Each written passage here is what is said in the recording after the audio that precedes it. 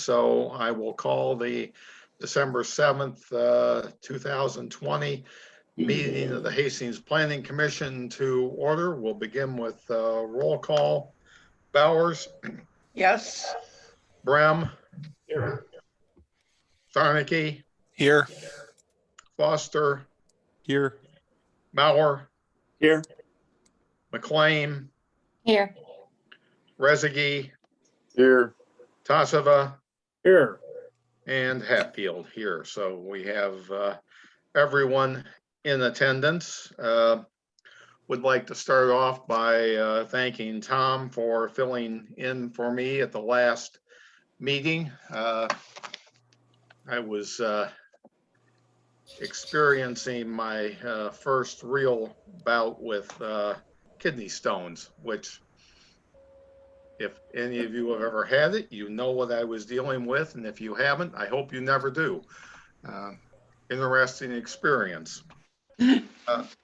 While I would normally also save this for the end of the meeting, I'm going to do it now so that we don't happen to depart without acknowledging Jackie. I think you're with us for your last official meeting, and we certainly want to congratulate you on your election to the council, and know that you'll do a great job there. And we certainly want to thank you for your years of service to the Planning Commission. We certainly have enjoyed having you and wish you well.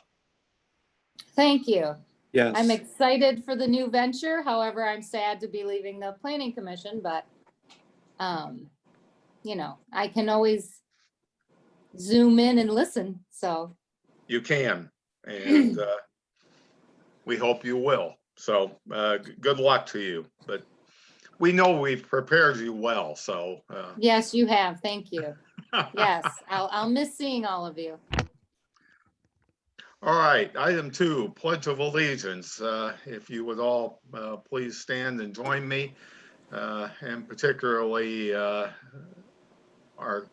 we want to remember that today is a very auspicious day in history, and thank those who gave their lives in that battle for us. So you'll stand. I pledge allegiance to the flag of the United States of America and to the republic for which it stands, one nation, under God, indivisible, with liberty and justice for all. Thank you. Approval of the agenda. Any changes anyone wants to propose? Dave, this is Dan. Yes. I sent out after the packet, the community engagement statement that I would request that you place on the agenda. This is another panel section of the redevelopment ready communities road that we're on. And this is one of the first or second tier issues that we need to have in place to continue our path. So if you'd be so kind to place that on the agenda for review. We will. We'll make that item number C under new business.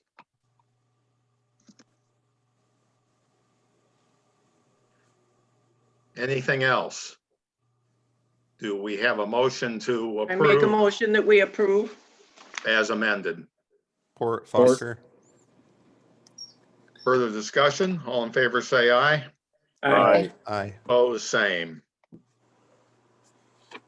All right, approval of the minutes. I will note that I did not magically reappear in time for the last couple of items on the agenda, so that needs to be changed. Bottom of page 4. I wish I would have, but Well, I caught that too, David. I thought maybe you came back in, but unfortunately, no. I make a So motion with we that- approve the minutes. move to approve the minutes with that change. Further discussion, all in favor, say aye. Aye. Opposed, same. Okay, Sorry, We Mr. have Mr. Chairperson, I didn't get who got the second on that. I have Bowers for the motion. Who had the second on the agenda or the minutes? Mauer. Okay, thank you. okay. We have no information items. We have no public hearings, so we'll move into old business. JPA, JPC update. Jerry? Neither one of those two groups have met in the past month. Okay, I know that the JPC will meet in December. We have a couple of just regular business items that have to be attended to in December, so it will probably be a brief meeting. I don't know of any other business that's actually going on at this point. All right, item B, the Planning Commission's work task list. Dan? No additions to that. I know tonight on the agenda, you'll be discussing keeping of animals, especially as it pertains to chickens. But other than that, no changes to the work task list. Okay, anything that anybody would like to comment on or add to that list?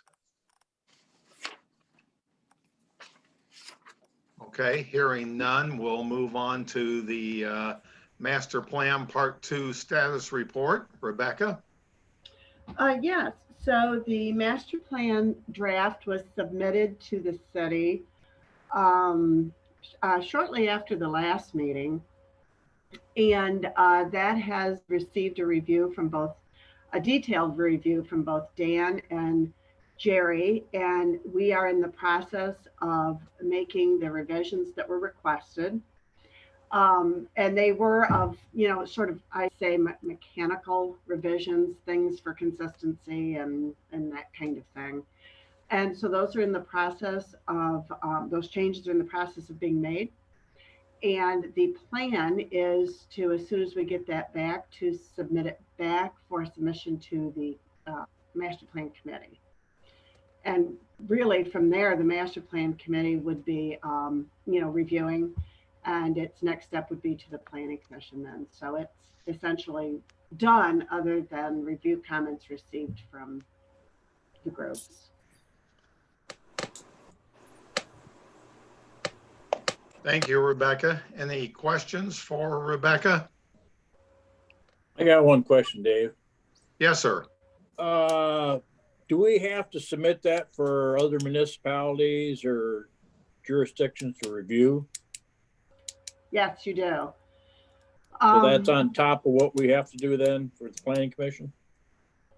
Yeah, so once the Planning Commission accepts it, so let's say the committee gets it, they like it, they forward it to the Planning Commission likes it and accepts it. Then they submit it to council, and council authorizes that distribution you're talking about, Dave, and that goes to any adjacent community as well as the county and the region for a 63-day review period, and then the master plan, and then the PC holds the public hearing. So what, how long do you think from, let's say right now till, do you think maybe May? Is that when we're gonna be done with this, or before that maybe? I would say that you will be, my guess will be, is that it will be going to the council for an approval to distribute in January, hopefully. And that the 63-day could start then. Public hearing in April then. Yeah, so I would say April or May for adoption. Okay. Well, I knew we talked about it. I just trying to get things in my own mind in order. Thank you. Yeah, you're welcome. So I do have a question following up with what the mayor said. Do you have a list of all of those communities or that it gets sent to? Yes, when we submit, once the Planning Commission accepts it and we get approval to distribute, we'll send the city the list. and the cover letter and everything. And we kind of make sure you guys know what it is you have to send out. And you'll do it by, actually, you can do it just by electronic. So we'll send them a letter that says it's available for review. And technically speaking, it only has to be the any community that is adjacent or contiguous to the city, the county, the region, and then any utility company or railroad in the city. So those are the required recipients of any draft master plan. So it's the job of the city to send it out, not you. Well, we can do it, yeah. Okay. And then who in those adjacent communities does it get sent to? Does it get sent to the mayor? Does it get sent to the city manager, or the village manager? Yeah, it generally gets sent to the administrative head of that municipality. So like you said, the city manager or the township supervisor or what have you. And typically, I mean, it's really up to the community, but almost always the community, when they receive it, they forward it to their planning commission. And their planning commission then is aware of it. You know how as planning commissioners, you'll sometimes get notices that a community is updating their plan, and you'll get, and that'll come up at a meeting. Usually, and I know you didn't ask this question, it's really kind of interesting because this was a big deal, including this in the statute. This did not used to be required, but it is now required as a result of the 2008 amendments to the Planning Act for the purposes of requiring communities to not plan in a vacuum, right? But interestingly enough, you seldom get communities who provide comment. Occasionally you do, and sometimes you will from planning staff, but you typically do not. So it'd be kind of cool if you guys did. No, it wouldn't be. No, I think it would be. And so I do too. I do too. So I guess in the cover letter of sending it out, hopefully that it's crafted in a way that we embrace that and let them know that.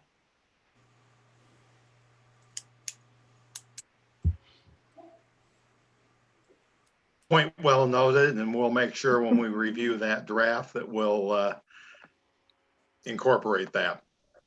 Yeah, because I think it's I good agree. to have feedback. Sure. Constructive criticism is a good thing. Yep.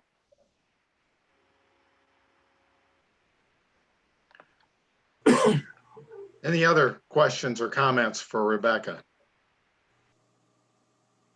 Thank you, Rebecca, for all of your hard work you've put into that. I'm not going to be here at the Planning Commission when that comes to fruition, but I appreciate all of your hard work and efforts put into making our master plan readable and understandable, and the way that it looks and the presentation. You did a great job. Oh, well, thank you. And just think you'll get to actually be adopting it. I mean, that's Right. Yes. So what we and hopefully you can share those thoughts with the council so they have some idea of just what has gone into this. Yes, because it's been a long process, but it's been very beneficial, I think. Yep. Okay, very good. Thank you all. Dan, tracking report. Yes, on the tracking report, at the top of the report, please note Ravenna Holdings. I understand that they are in the process of submitting their stamp drawings to professional code inspection for building permit purposes. Once they do that, that commences technically their construction on that project. Hence, the site plan then would no longer need to be subject to review or extension. Also, note that Julie Fox did request at last month's meeting, the extension, which has been noted on the tracking sheet. And on the last item, the Legacy Golf Course, ordinance number 593 regarding the detached accessory buildings was approved officially on November 23rd. I did receive a email from a representative from the Legacy yesterday, and they will be submitting their information for administrative review as far as compliance or subject to compliance of the lighting, stormwater runoff, and the public safety review. So we should have that no later than the end of this week. Good. Dan, with Ravenna Holdings, are you in regular communication with them? My communication has been with Nicole Smith from Tom's Market, because she's still involved in that project. And I did reach out to her several weeks ago, just alerting her to the fact that the second and final extension was coming due February 4th of 2021. And I think that's what, kind of activated them to move a little bit swifter with their stamp drawings to get to professional code inspection. Yeah, they're cutting it close, but Yeah. it is February rather than January. Yes, we set, or excuse me, the planning commission extended on January 6th. The actual maturity date of the final date would be February 4th of 2021. Okay. Questions for Dan? Okay, we'll move on to item E. We're going to review sample text regarding keeping of animals, particularly chickens. We had requested that some research be done on what other communities are doing with that, and certainly appreciate the work that Rebecca has done on that. So Rebecca, we'll turn it over to you. May I just make the dates that we have on here are for the council meeting. I met with Dan on this. And that date of 12/26/17 is from the council meeting. And on the January 18, we tabled this per David. Right, Dan? That's correct. This ordinance was looked at several years ago, but in preparation for the master plan, not so much tabled, but it was the review of it or the pursuing it at that time was not going to happen at that time due to the master plan. And the ordinance I would think would have to be under the, I wrote it down somewhere. Is it 552, Dan? I don't. But anyway, the date's wrong on here. That is council date. That is not planning commission. And it was on the vicious dog ordinance. I don't know if it makes any difference, but anyway, should be 9237. Our ordinance.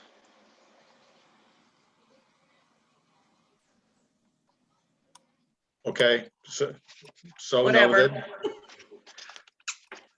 Rebecca, you want to take the lead on this? Sure. So in response to your request, I put some things that I thought might be helpful for you. Actually, to even help you decide whether or not you wanted to do anything, let alone what you wanted to do. So I gave you three things. One is a model ordinance that has been prepared in the state, and it had your basic elements of it that you might have in an ordinance if you were going to begin to regulate or allow the keeping of chickens within the city. Then Rebecca, excuse me, but you said this was a model that was prepared by the state. Who actually prepared this? And I shouldn't have said the state. I believe it was prepared. This one was prepared by the MSU Extension. Okay.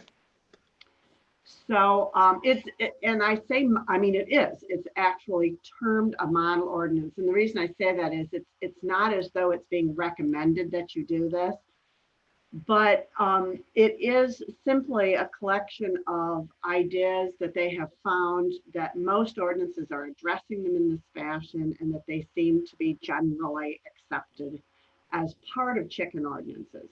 That's not to say you have to do that, but you know, that it's model ordinances serve a purpose, right? Of giving a community a template on which to sort of compare their interested ordinance.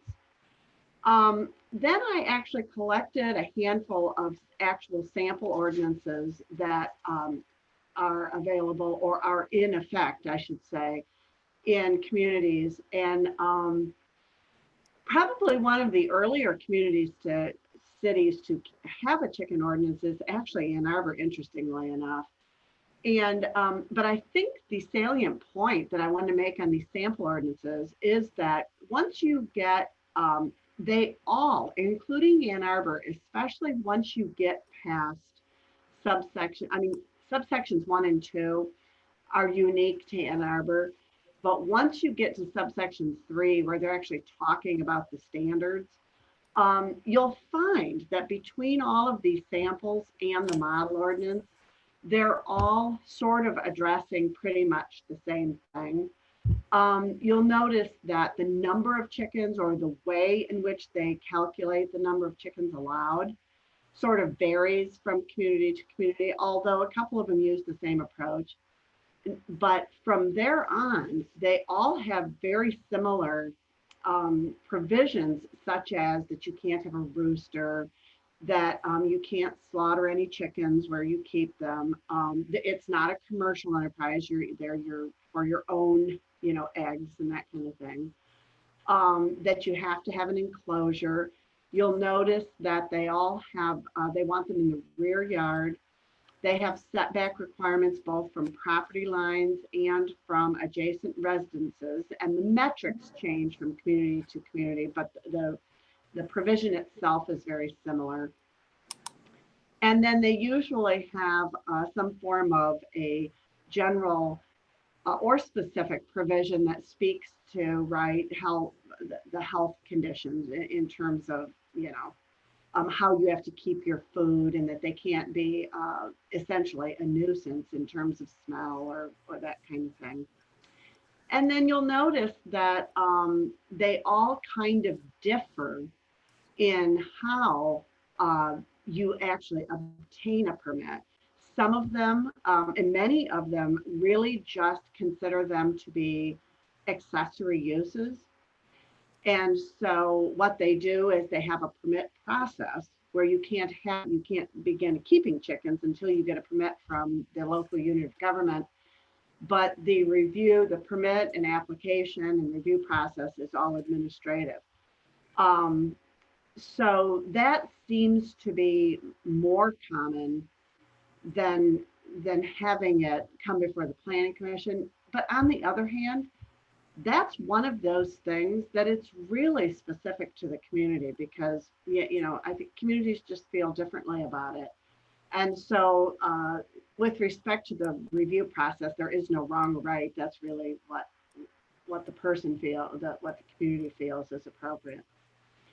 Now, lastly, and this is sort of speaking to Lois's comments, what I did for your information, I just thought it would be helpful. I did not, I hope I didn't confuse anyone with this, but back in 2017, when you were talking about this originally, you were talking about it actually as part of a broader conversation about the keeping of animals.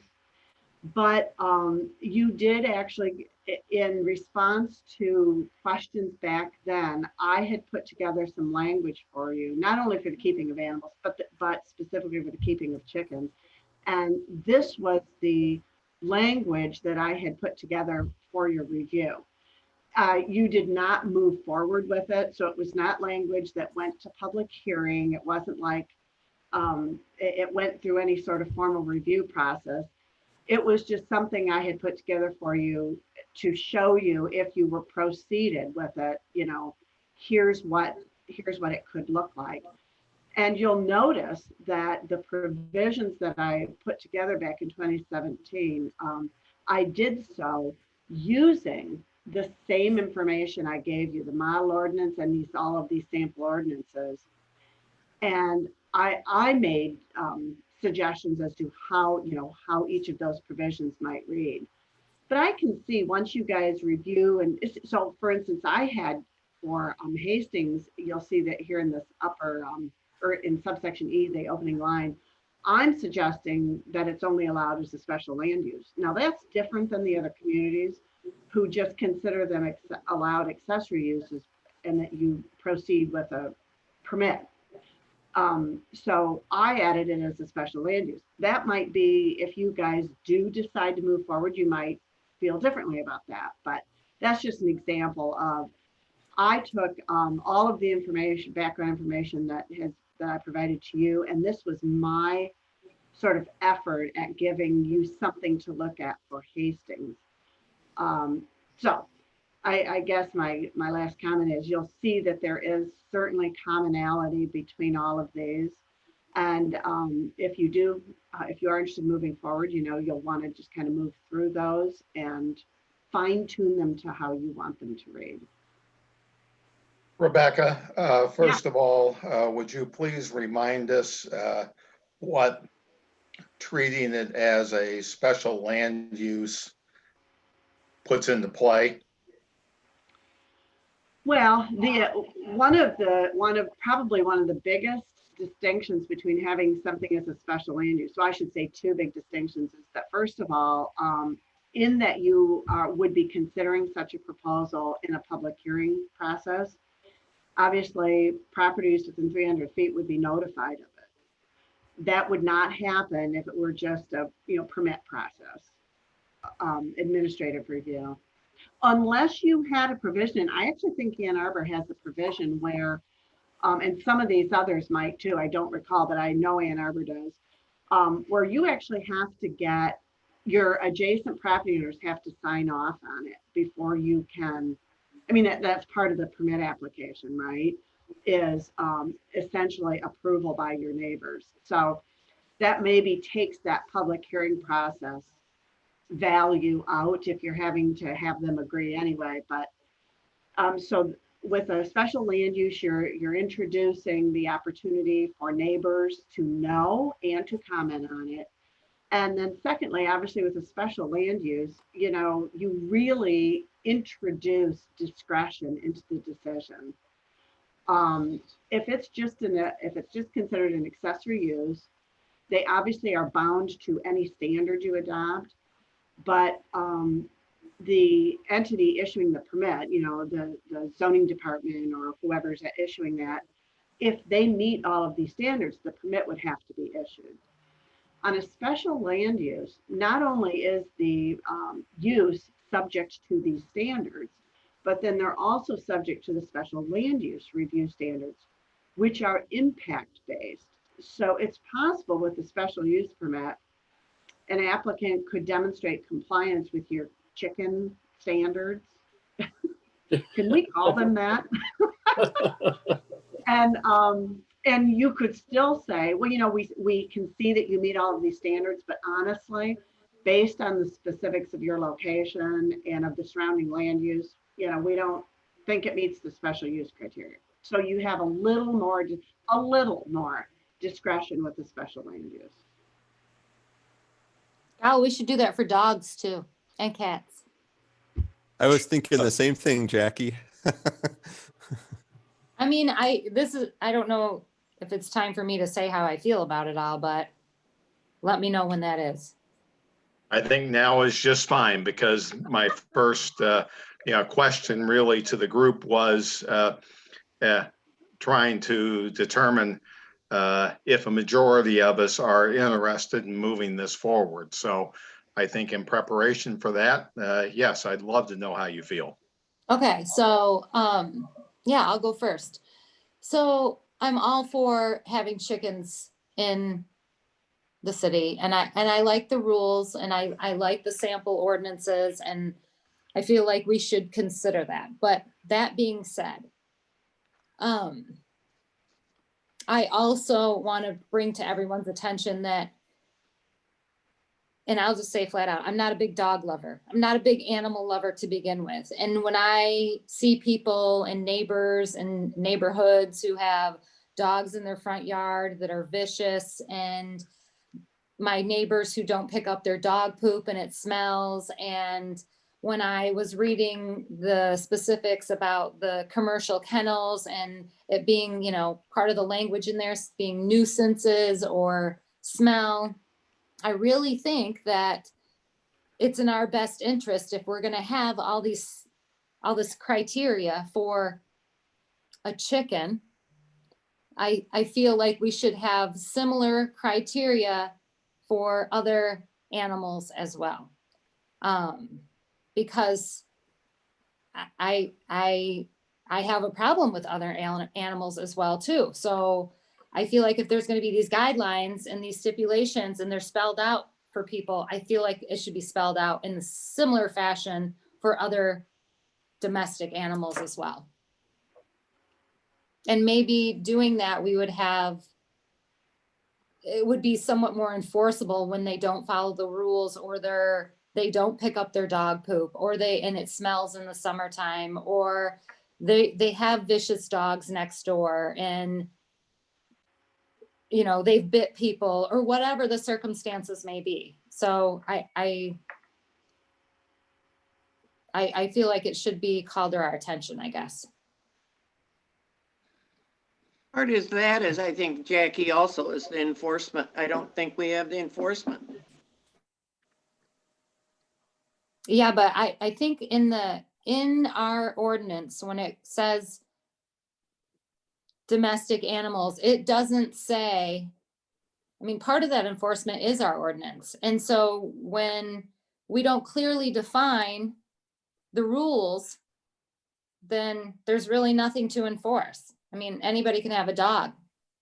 Do they have to be kept in the backyard? Nope, our ordinance doesn't say that. Do you have to pick up dog poop or the smell, or is it nuisance? I don't think it says that.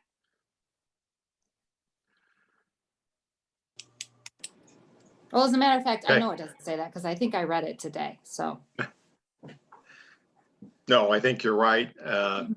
But I am going to ask that we divide those issues. I'm not saying that we shouldn't address that issue, Jackie, because I think that you raised some very good points, but it won't be done probably as a part of the same ordinance that's going to deal Right. with chickens. So, Right, and I understand that, but I do feel, I just wanted it to be noted that I feel like we should address those other issues as well if we're gonna address this as well, so. good point. Okay. Mr. Chairman? Yes, Mr. Dave. Chairman, I got a comment. You know, I'm wide open on this chickens in the city.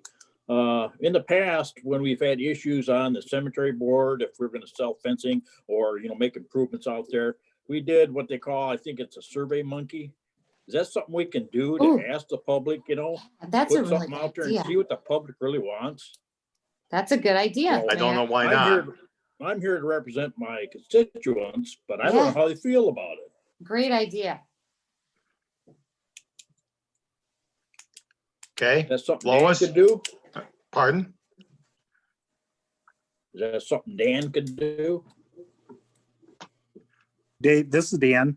Yeah, we could figure out something Yeah. to get to social media or on our website, a survey of it to that extent. Well, I think it should be done and publicized everywhere. I think the Twitter, the Instagram, the Facebook, all of the avenues that we have to communicate and engage our public, we should definitely take advantage of, especially in an instance like this. And that's a great idea, Mayor. Perfect. But you're not gonna catch some of those people that don't have those things, Jackie. Well, then they can get on the website, or we send it out in the water bill. But the water bill is wonderful, but I'm just saying, not everybody has a computer. Not everybody has a cell phone. Yeah, but if we don't ask, we're not gonna know though. Yeah, Even if we only yeah. get 20 people I responding. know that. I'm just made a statement. I understand. But I think the idea of commenting on the fact that we're conducting that survey by putting that in the water bill, that at least gets out to all the property owners, and we can list the Article- various ways that they can comment to us. Mhm. Or the reminder. Most people read the reminder. Anyhow, Anyway, Okay, Well, let me just say too, I'm gonna say this. I understand that we need to reach everybody, but I feel like the up and coming generations of who this is gonna impact in the future, we really need their input, and they use social media. And it's a good way to interact with the majority of the people. maybe. well, I think that the bottom line is it makes us smarter than what we are right now. Exactly. And if you think there are other ways beyond social media that we can use to determine attitudes out there, then I think we're wide open to that too. I think the bottom line of what the mayor was saying is that, we don't have a lot of input on this. Even if we put it to a public hearing, our input is going to be pretty limited if past experience is any indication. So it's simply a way we're trying to find ways to educate ourselves, and that's always in our best interest. Yeah, and I think it is important too, that if we do have it on social media, that we all do our part in sharing it and commenting and letting people know, organically through that system, please participate. Please let us know your thoughts if you live in the city. Okay, would any of the rest of you like to share your thoughts, or by your silence, are you in agreement that we ought to at least continue to try to determine broader community attitudes toward this before we try to decide what course of action we're going to pursue? Hey, Dave, I have a question and maybe a couple comments. This is Tom. Yes, Tom. Is it our intent, or Rebecca, maybe you can answer this. You've got it, proposed as special use in all residential districts, and currently it sits as a permitted use in the RR residential or rural residential. And it's actually high up on the list of permitted uses. It's the second item under raising and keeping of farm animals. Is it our intent to overwrite that or exchange this special use in that district, or is that district being left alone since it has other specific, reasons for existing as rural residential? Good question, Tom. I guess I, for one, would feel that what we're doing is addressing other zoning categories where it is not currently permitted, rather than trying to become more restricted in the RR, because we really have not had any problems with it being a permitted use in RR. Okay. And then the comments, as I was reading through, kind of the samples that Rebecca had, I do like the model ordinance. She is right. It kind of follows most what all of the other ones do. I like the paragraph 2, except that if it was going to consider chickens on a per quarter acre, I don't see why it makes sense to round down to the nearest tenth, because you could have, 1.25 acres, and that would get round down to 1.2, and then it wouldn't allow for an extra chicken. That's one comment. The section 11 says agriculture uses that comply with the Michigan Right to Farm Act. Rebecca, what specifically is that? You're looking at the model ordinance? Yes, I am. Okay. And how does that pertain to like city lots and stuff? Well,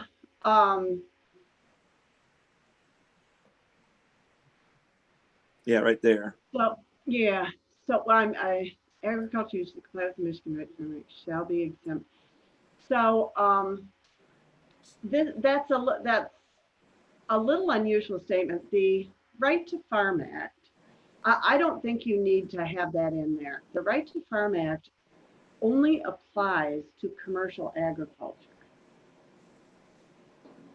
So, to suggest that the Right to Farm Act is going to somehow apply in other respects to just someone who has, a couple of horses or who has chickens or that sort of thing,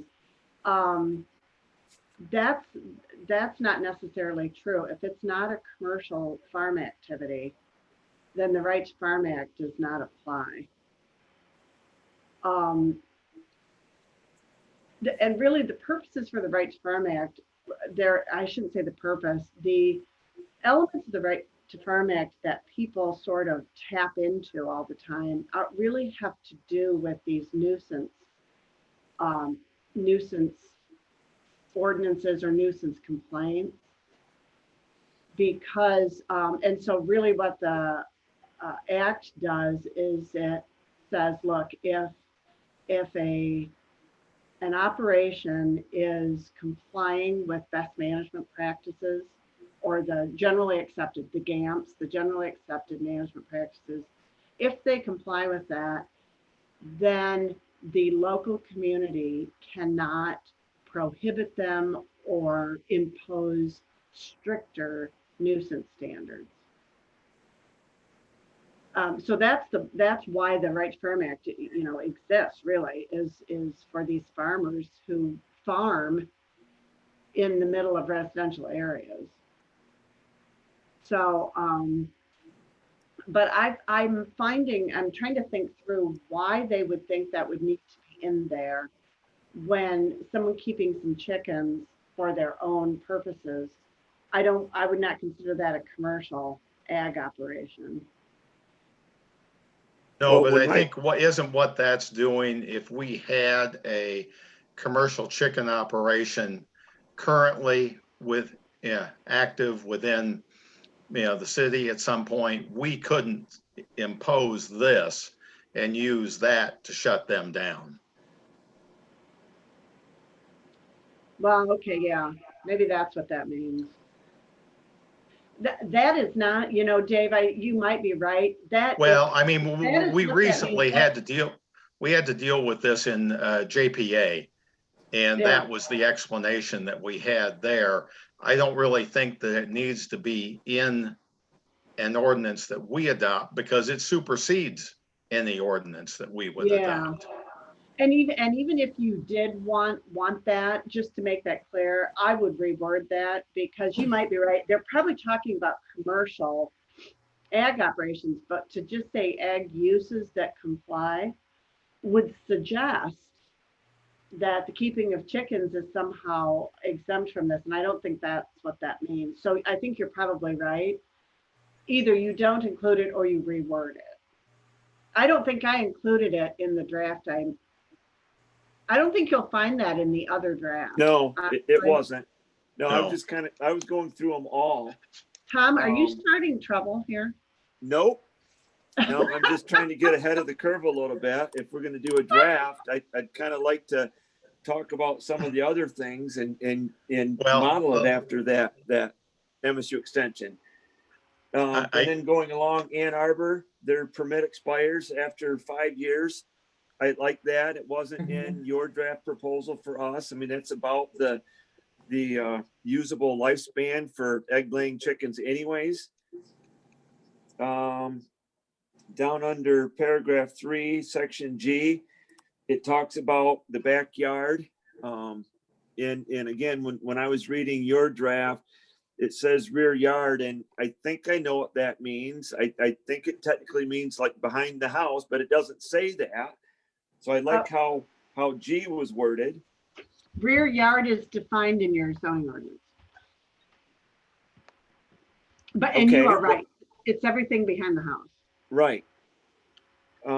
And then jumping ahead, I think it was Bay City. Yeah, Bay City. There's section 18-5, the site inspection. I like that. As part of the, official permit process where, if we're gonna have our defined things, and that was kind of what Jack was talking about a little bit, if we're gonna, have an ordinance, it should be somewhat, reviewable or enforceable. And I think that was it on that, but I did have a comment about defining, chickens or the count. And I get it. These are the adult creatures. These are the big birds, egg-laying birds that we're concerned with. But in the process of getting to that point, when you pick out chicks, unless you've actually picked out pullets, which are a sexed chick, you don't know what you get. So I'd like to maybe see that the ordinance, define the young or adolescent birds slightly different as far as the count is concerned. And then maybe after 6 months, then you get into the culling process. So those are just my comments. Okay, well, anybody else that wants to comment before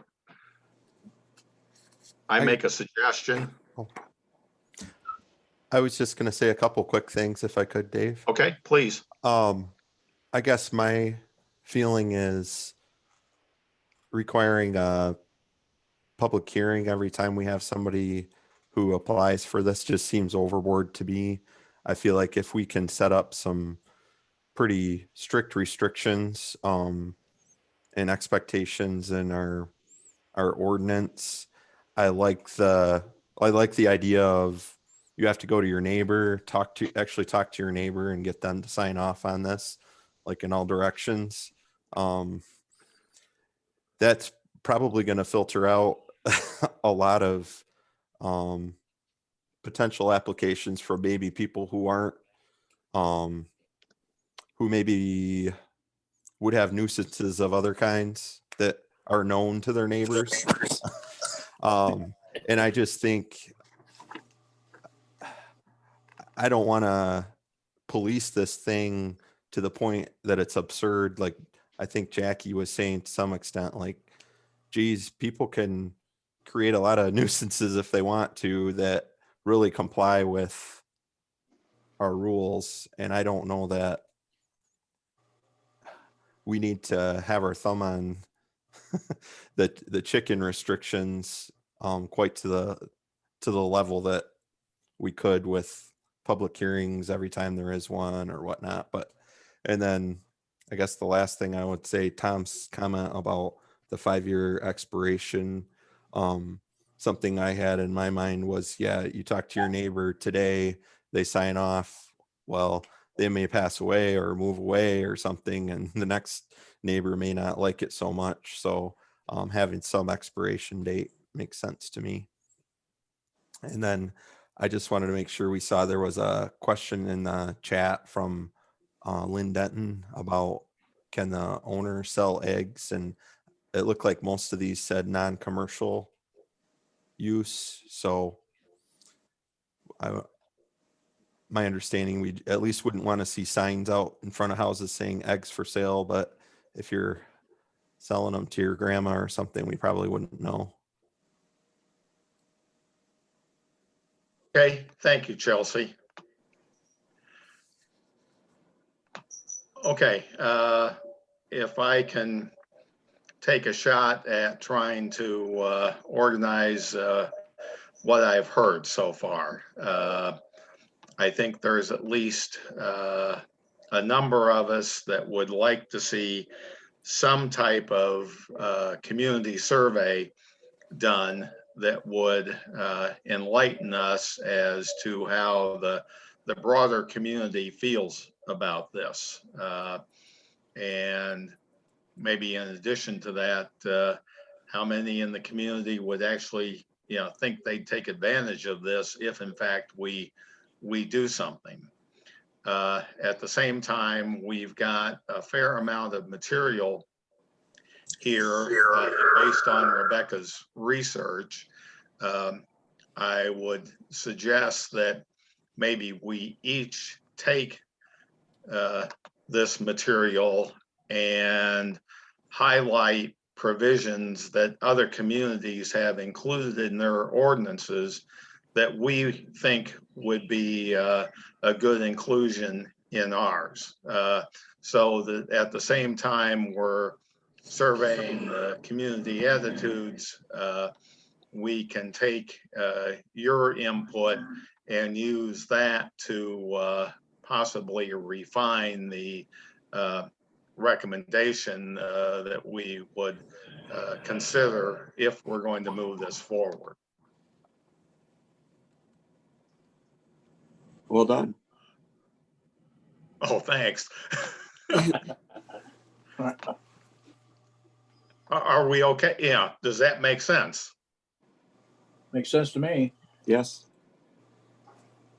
Yep, I like the idea of gauging interest, and not only is it a good idea or not, but would you be interested in, housing chickens if this were to go through? Would be an interesting question to just gauge how many positives we get back on that. Yeah. How do the rest of you feel? Lois? I have mixed emotions, but if they follow the restrictions that we have here and then they enforce them, I probably would go along with it. I just wouldn't want chickens next to me, but. Okay, but the question is, are we going to are we going to try to do some surveying before we actually decide on whether we're going to move this forward or not? But nobody's gonna know if we do the survey first. How are they gonna know what our restrictions are? We can't survey everything. Oh, I know. So I think the first question is, how do they feel about chickens and are they interested in doing it? Yeah, we're going to come back. We're going to put together, if in fact that convinces us that we need to have an ordinance, then we're going to put an ordinance together and we'll hold a public hearing.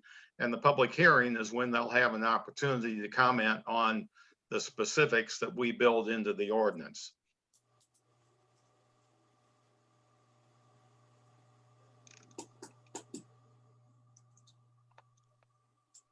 Comments? This is here, folks. This is Rezegi.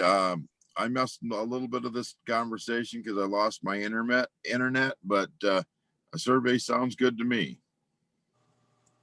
Jackie? Oh, yeah, I love the idea of a survey. Absolutely. Okay. All right. So here's what we're going to do. We're going to direct staff to conduct a survey, and those of you that have thoughts about specifically how we do that, I hope that you will work with staff to share that with them. But we'll conduct a survey, and at the same time, I would request that each of you work with the sample ordinances that you have in front of you and share those with staff regarding which components you like and which you do not like. And we can use that to fine tune an ordinance that we can consider if in fact we see enough public interest to support that. Okay. Okay, Sounds good. sounds great. Anybody opposed to that? Okay, we'll move forward on that basis. Rebecca, thank you again for all the work that you have done on this. Big help. So You're welcome. stay tuned.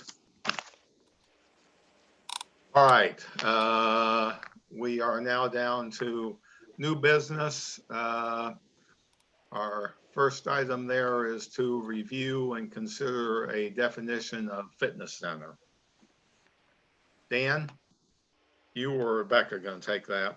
No, I can lead off and then lead into Rebecca. In your packet is a staff report from Rebecca highlighting our existing text. Our existing text as it pertains to commercial recreational establishments.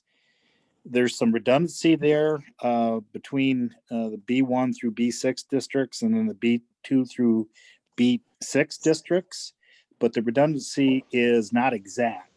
So as you read through there, there's some definitions that are not exactly alike in those two existing text sections. So that in itself presents a problem for both staff and folks trying to use the code regarding the interpretation. You don't want to get into an interpretation standoff with your own staff or with people trying to use the code. So Rebecca's suggested some amendments or suggested revising the definition of commercial recreational facility to include athletic and health clubs as that pertains to fitness centers. And then she also has the idea of replacing the existing provision of a commercial recreational facility and updating it with the description that she has listed there at the bottom 2/3 of the page. So with that, I'll turn it over to Rebecca. No, thanks, Dan. Boy, you did a really nice job explaining my position on what needs to happen for you to respond essentially to your request to where does fitness center fit in here. And I really think that you're not wanting to specifically include a provision for fitness center. It's way too specific.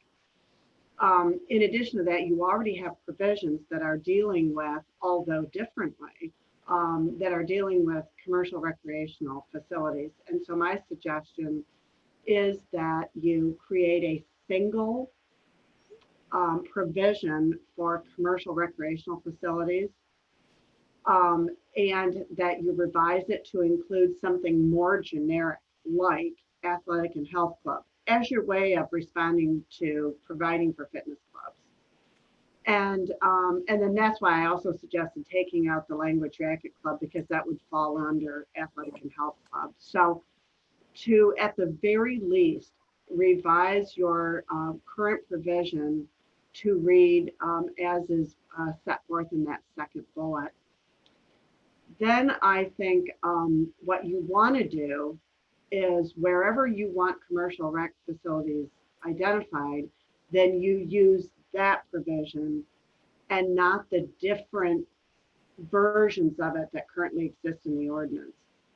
But Dan's absolutely right. My idea, that very last bullet, is just another idea that if I didn't know what your thoughts might be about it, but rather than listing that whole description in the ordinance as the use under, permitted uses, that instead you list the term commercial recreation facility, and then you define commercial recreation facility in your definition section with that same language. So it's the same either way. One is including it in the district, or one is simply including the title and then defining it in the definitions. So that last bullet is just that's kind of a construction suggestion. But more importantly, like I said, I think at the very least you amend it to include athletic and health clubs, and then you make sure that it is referenced similarly in both places. Okay, so this needs to be done as a recommendation to council then? Do we need the public hearing this? Yeah, whatever you decide you're going to do here. So you would decide it tonight, schedule it for public hearing, and then it would get noticed, and yeah.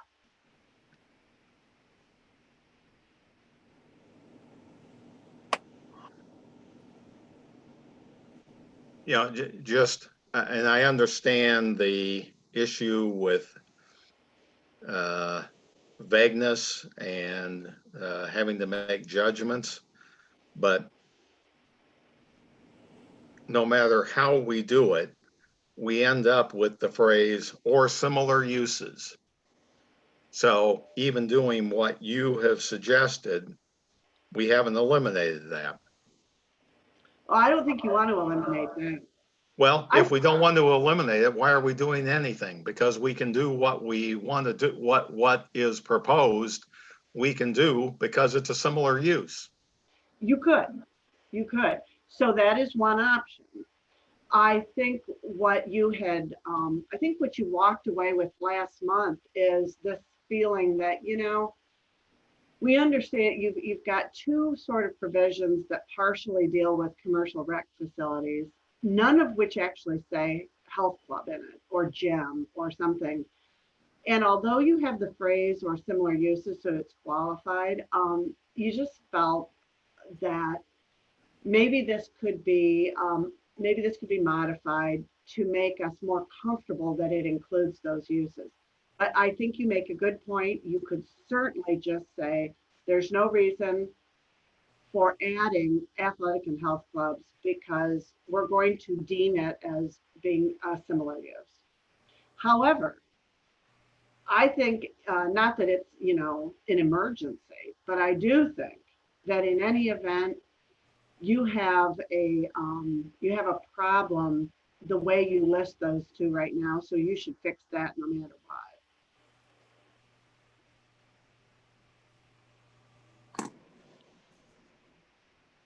Mr. Chairman, Yes, sir. I kind of got the impression at our last meeting that we wanted to do this because it was kind of vague that we could allow athletic and health clubs. And if we identify it as permitted use, it'd be better for us. That's kind of the way I took it from the last meeting. Okay, and I don't have any issue. I mean, I think we're trying to accomplish the same thing, which Right. is to permit it. I'm just trying to find the easiest way to deal with that. Right.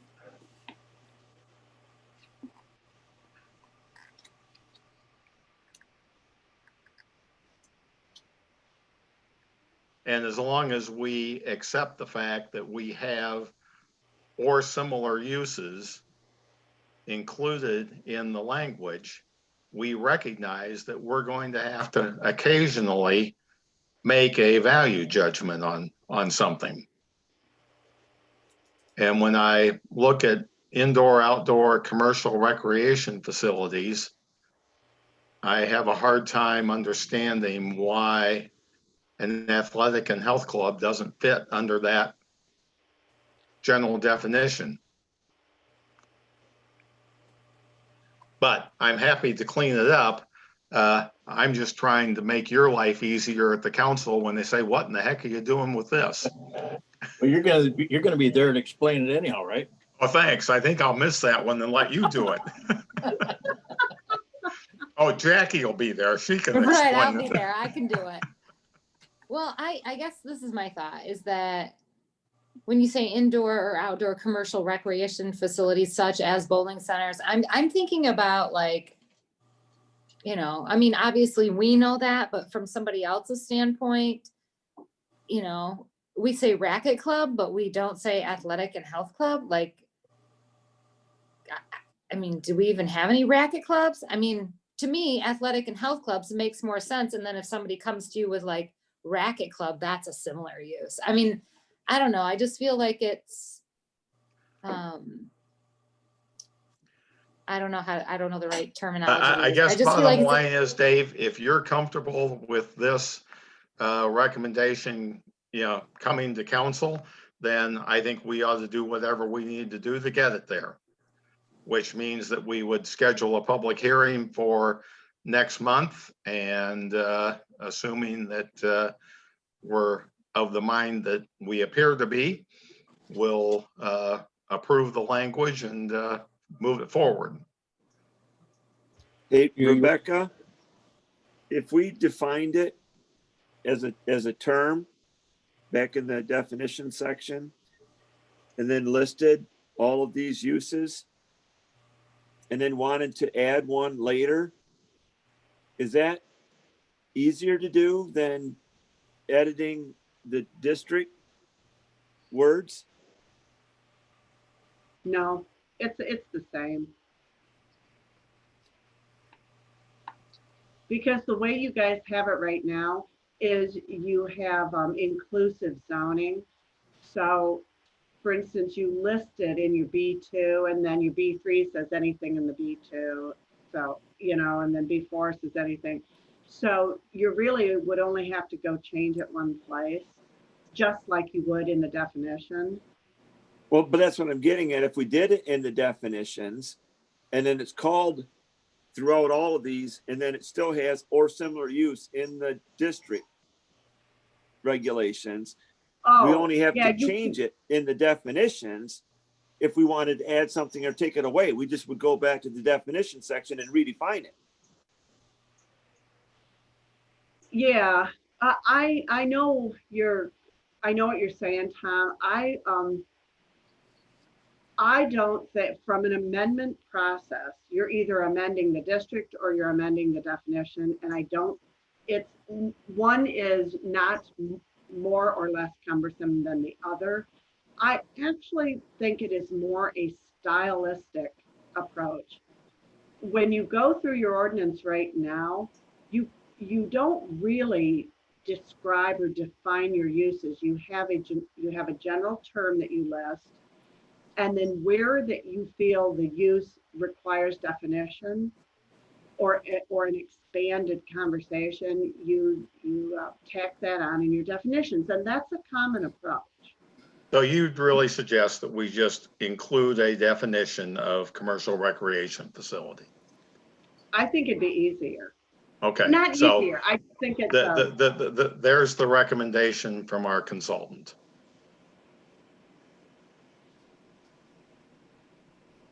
Do we have a motion? I'll make a motion. We schedule a public hearing. Do we have Is that what support you for wanted? that? Support, Mauer? Oh, yeah, I'll support it too, but couldn't get off mute quick You got to enough. get to that button, Jackie. Yeah. No. Okay, well, we have a motion on the floor to schedule a public hearing to amend the definition section to include a commercial recreation facility. Is there further discussion?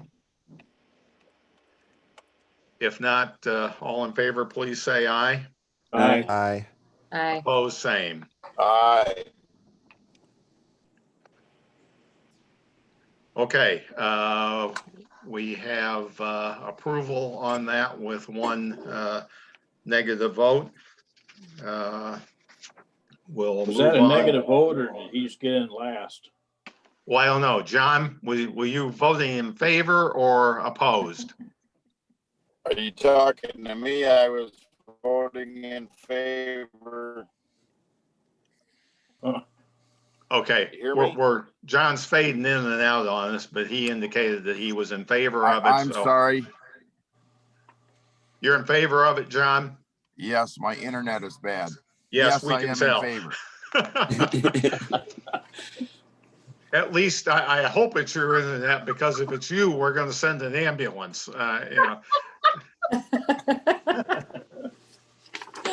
Oh, that's funny. Okay, I mean, it's not. moving but I on. mean, it can be Last funny. meeting of the year. Yes, Right. and I'm losing control rapidly.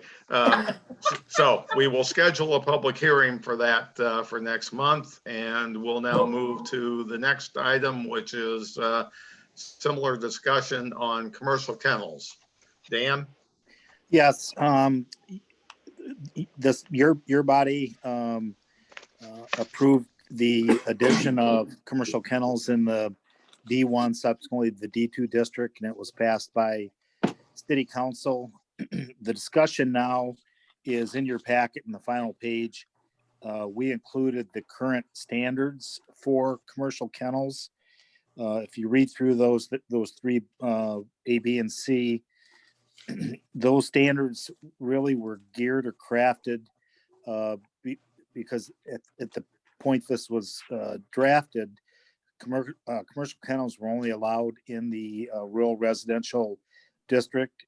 Those district lot sizes, I believe, are 1 acre minimums. So adhering to these standards is much more attainable. In the D1, D2 districts that subsequently now allow commercial kennels as special uses, the lot sizes, obviously, in most cases are much smaller than in the rural residential district. So to make the recently passed commercial kennel allowance in this D1 and D2 district, it may be proper for the planning commission to review the standards and maybe adjust them as they would more logically apply in the D1 and D2 district. So if you look at, this, the whole issue came in front of us because the operator of a doggy daycare facility wants to be able to offer her clients overnight boarding. That is a piece of property that is located next to Morgan Electric on the east side of town. We thought that by making the change that we made, that it would address, permit them to go ahead and do that. But then on the closer reading, item A and B on Dan's presentation to you, it doesn't work. And while those setbacks probably made sense for the areas where commercial kennels were originally permitted, personally, I'm not sure that it has any bearing when we're locating them in the industrial zones.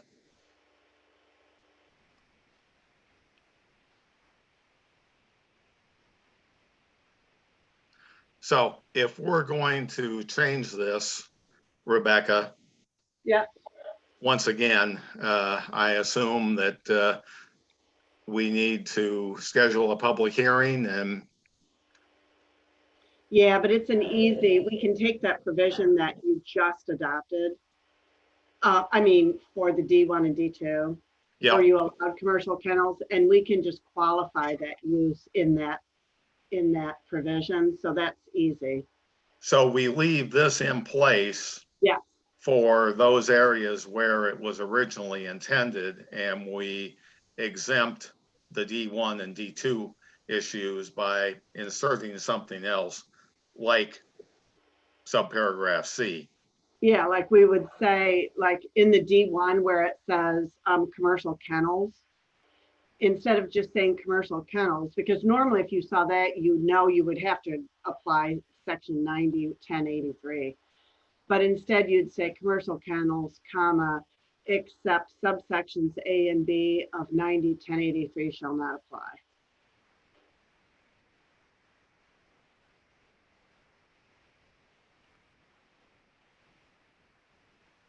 That Okay. did I paralyze you guys? No more than they have been already, Rebecca. Yeah. I'm about to take a roll again just to see who's still with me. I'm here. Okay. I think I'm here. I'm not sure. Oh yeah, you're doing fine right now, John. Good. So are we willing to go ahead and amend the D1, D2 in order to remove these couple of restrictions? That's what it takes. I think we ought to. Okay, do we have I support for second it. that? Okay, we have a motion and support. Further discussion? All in favor, please say aye. Aye. Aye. Opposed, same. Okay, that gets us down to item C, which is the RRC issue. Before you get into that, I would just like to also commend Jackie. She and I just completed a series of educational sessions so that we are now certified to, I don't know, Jackie, how would you We're, say it? we're redevelopment ready certified, so Yes, when. whatever that means. That means that we can support and guide our community in becoming a redevelopment ready community. So we know, or we should know, how to do that. Yeah, one of which is to approve this recommendation from Dan. So, Okay, so I do have some questions when it comes to that. okay, So Dan, are you gonna go first, or? yeah, let's Oh. let Dan introduce it. Well, I can introduce it. As part of the redevelopment ready community process, and for those who have access to Trello, which is where a lot of the information is housed, Trello has, in connection with the MEDC and RRC process, libraries that they have built up of best practices of communities regarding the RRC process. And if you recall, you know, the red, yellow, and green sections of the not so much audit, but status report that the RRC gave us as part of the evaluation process. There's panels listed 1 through, well, it was 1 through 6. Now it's 1 through 5, and the MEDC will work with communities on the level 6. I don't recall where this community engagement statement falls in there. I think it's in the second out of 5 sections. But the library that they have of best practices are of communities who are already redevelopment ready certified.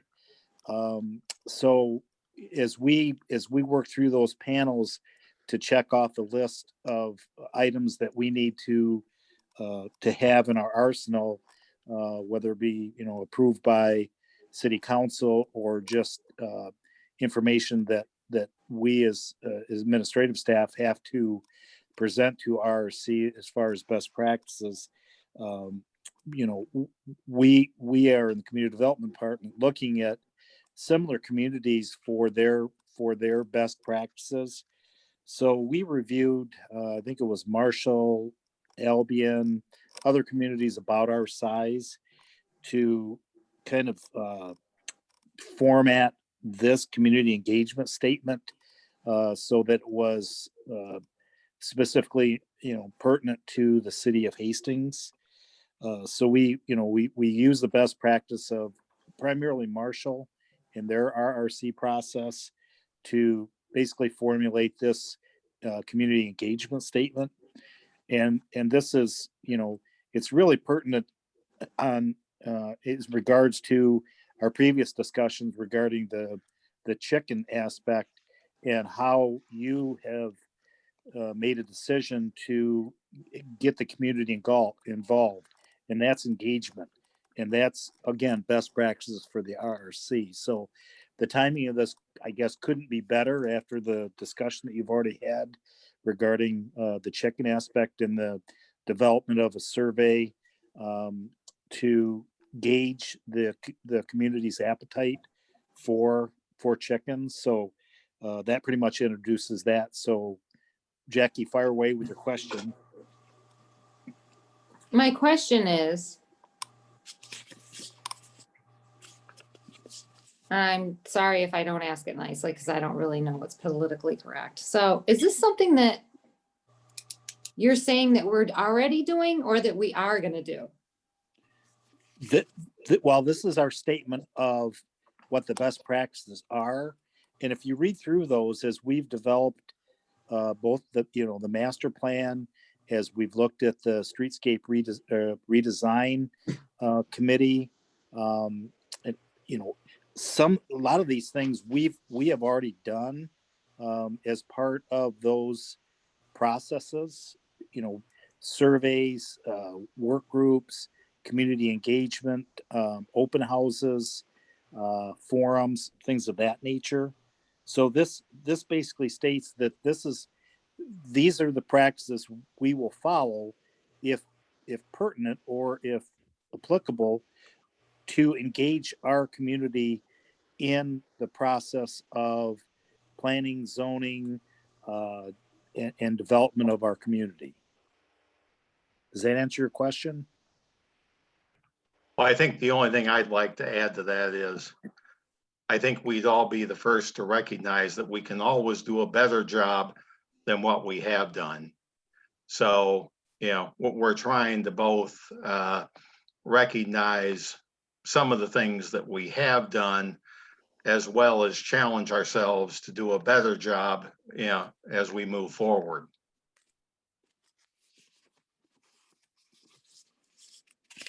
Yeah, because I guess the way that I understood it is like community engagement isn't just about a project. Community engagement is about engaging the community in everything that we do as a city, like as far as like, you know, social media engagement, or, you know, putting things in our newsletter, or when we do a, you know, or the survey, such as the survey that we're going to do, or, I mean, that's taking a great step and doing something we haven't done in the past, maybe, or, so I thought it was just like in general kind of a community engagement statement, but that's not the way that I'm kind of reading it. It's like project based is the way that I'm reading it. Well, and of course, the major projects that we do, you know, regarding what that you do as far as the master plan, you know, the wastewater treatment expansion, you know, the larger projects that the community, you know, streetscape redesign, those again, those are the areas that I think the community probably can really rally behind, or you know, should be engaged. You know, should they be engaged at, you know, at every level of every minute detail? I don't know if that's the case, but you know, looking at, you know, how the RRC wants communities to engage with their communities, you know, a lot of these things we're already doing with our social media, you know, Facebook, Instagram, Twitter to some extent. Like I said, the forums, you know, the master plan, focus groups, the streetscape steering committee focus groups with the DDA, with the downtown business team. You know, a lot of these things we're already doing and have been doing for a couple of years since the master plan introduction. So I think this statement just basically solidifies or reinforces what the planning commission would like to see, and how this works is planning commission would review the statement. If there's additions or edits or anything, you know, they would direct staff to go ahead and do that, and then review those changes and then send it on to city council. RRC process, they do recommend that this is updated every 5 years, typically in conjunction with the master plan. So, you know, we're on that trajectory already with the master plan. If this statement is approved, you know, the next time we do a master plan review, this statement should be reviewed and adjusted or amended accordingly.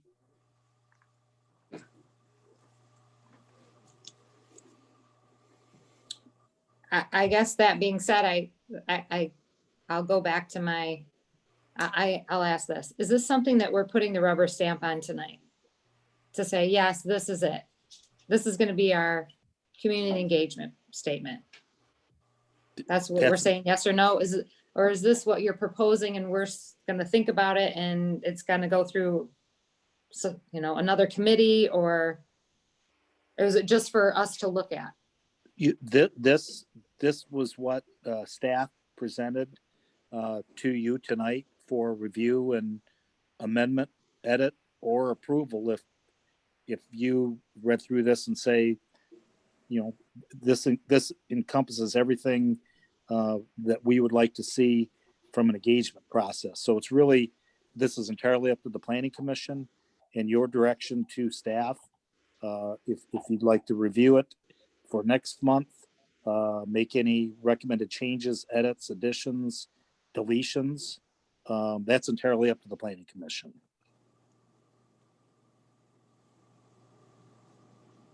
I like the engagement plan myself, and being, being on the council for the last 12 years, I see, and I went through all the training too for redevelopment ready, but I see all the stuff we're doing, right down to private, public partnerships.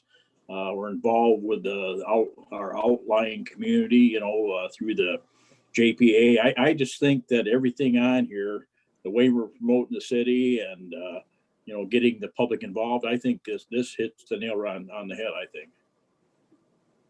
Well, I think that it's important to recognize that, this can always be added to. This does not say we're going to do this and nothing else. This says that, in my mind, this says this is what we're going to do at the very least. And if there are things that we don't even are aware, that we're not even aware of today, that we decide we want to add to it, there is absolutely nothing that prevents us from going ahead and doing that. So this is kind of the commitment for, at a minimum, this is what we're going to do. Right. And I think every day we improve on this statement here. I would hope so. Yeah. So where does this sit in our city code, or where does this statement sit? Is this part of the Planning Commission? Yeah, Tom, this would really, since a lot of the redevelopment ready community process does revolve around planning and zoning and commercial development, which again has its root in planning and zoning. This is a document really that would really be generated by the Planning Commission and forwarded on to the City Council for their review and approval. And this would be something done every 5 years in conjunction with the master plan. Well, I guess more specifically, does this sit in chapter 90, or does this sit in one of the other chapters, or is it a new chapter? No, this is just a statement. Right. This is not code. This is not code. But it is part of the city. So where does it sit? Where does this become something that is either ratified or approved or amended, or?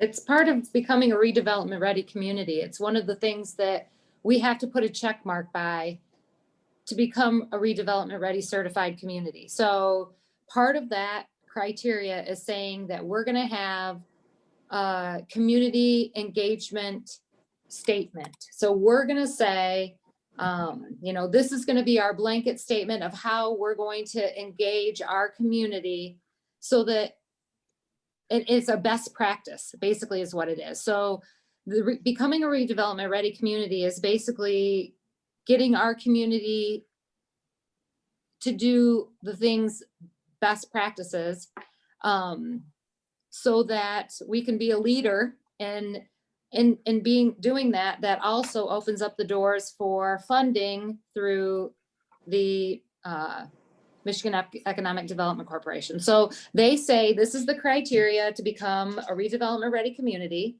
And these are all the things that you need to do to become certified. So basically we're just checking the box is what we're doing. Okay, now we got this done. and that's the community engagement statement. Is that correct? Did I explain that Unfortunately, right? Jackie, I think that you said it very well.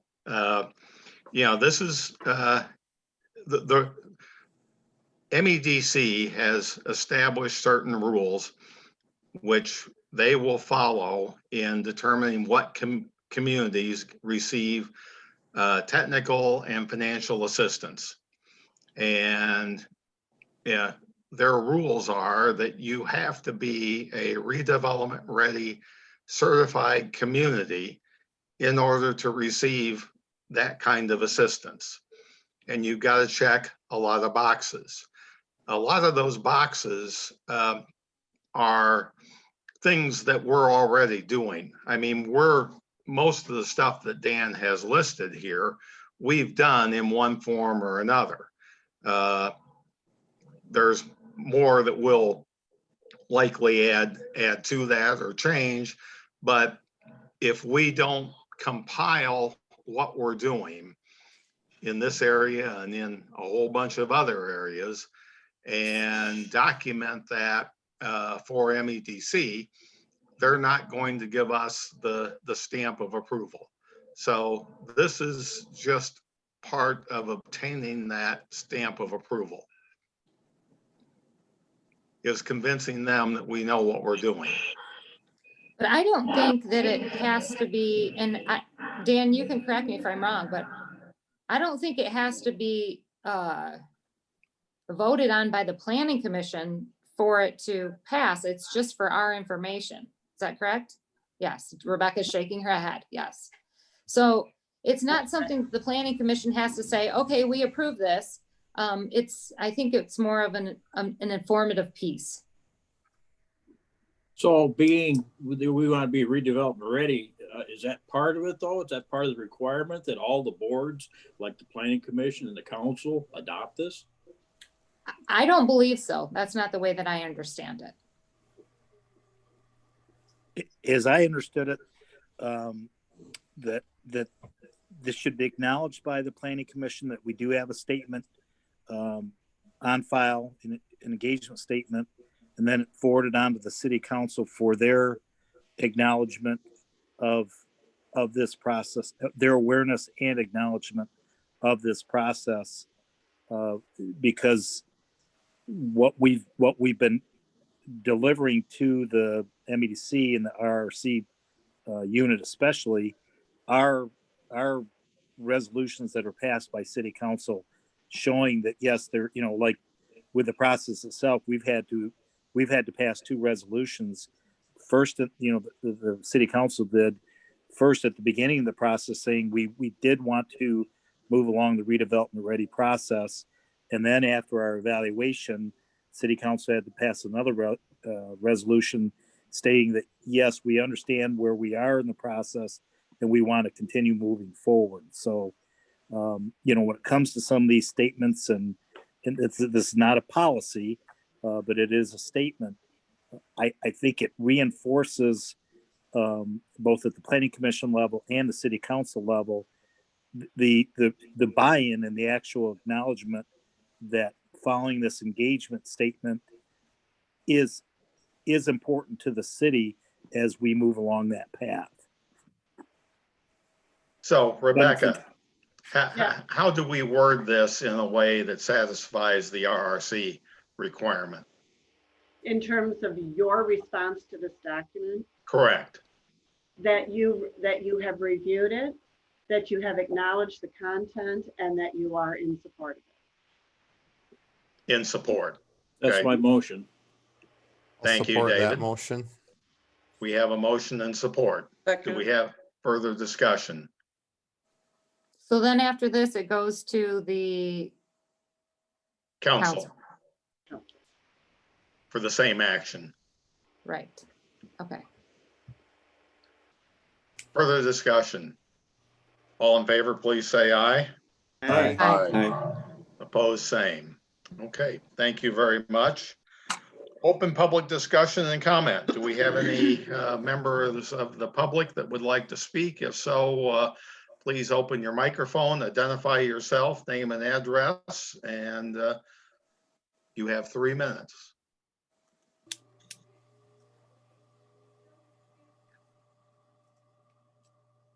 Hearing none, we'll move on to commission comments.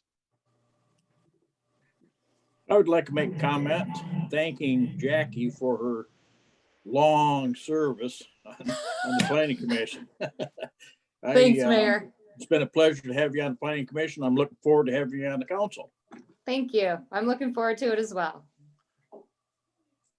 I'd like to second that. Thanks, John. I'll third that. Thank you, Chelsea. There we Always go. appreciate your input on things and your tenacity, Jackie. Thank you. I know I'm kind of passionate about stuff, but That's what we need.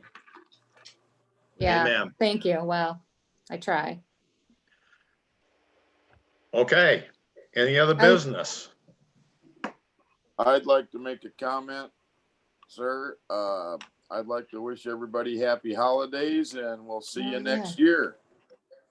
Yeah, happy safe. holidays, everyone. Absolutely. Everybody stay healthy. And Hopefully in person. yes. Yeah. Uh, I think that's gonna happen. enjoy the holidays, in whatever form that may take this year. So thank you all for a great year and have a Merry Christmas and a Happy New Year, and we'll see you in January. See you All next right. year. See ya. Thank you. See ya.